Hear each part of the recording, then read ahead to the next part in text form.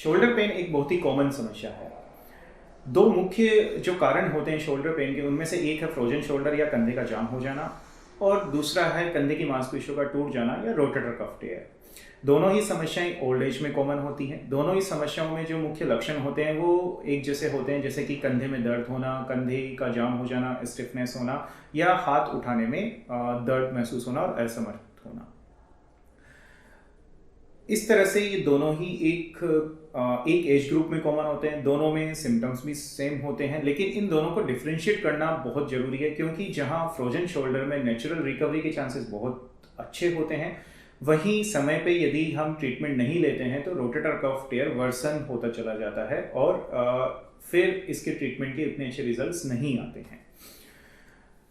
तो आज हम बात करेंगे कि इनको कैसे डिफरेंशिएट किया जा सकता है। यदि आपको कंधे में वीकनेस एक चोट लगने की वजह से आई है, मतलब कि आपको चोट लगी और आप अपना कंधा अपना हाथ उठाने में असमर्थ हैं, तो बहुत चांसेस हैं कि आपको रोटेटर कफ टेयर हुआ है। यदि आपको कोई भी चोट नहीं लगी है और कंधा स्टिफ हो रहा है, मतलब कि बिना चोट लगे आपको कंधे को उठाने में दिक्कत आ रही है, तो बहुत चांसेस है कि आपको फ्रोजन शोल्डर हुआ है।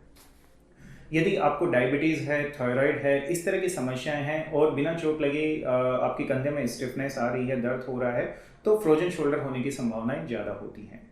यदि आप यंग और एक्टिव हैं और आफ्टर कोई स्पोर्ट्स इंजरी या एक्सीडेंट के बाद आपको कंधे में वीकनेस आ गई है, तो रोटेटर कफ टेयर होने की संभावनाएं ज़्यादा होती हैं।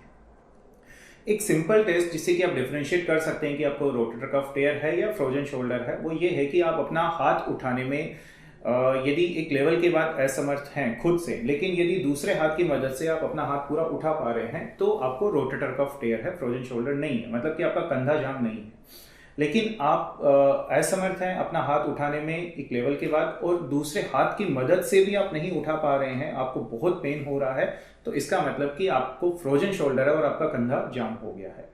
यदि आप इन दोनों समस्याओं का डिटेल में ट्रीटमेंट जानना चाहते हैं, तो आप हमारे दूसरे वीडियोस को देख सकते हैं, जिनका लिंक नीचे डिस्क्रिप्शन में दिया गया है।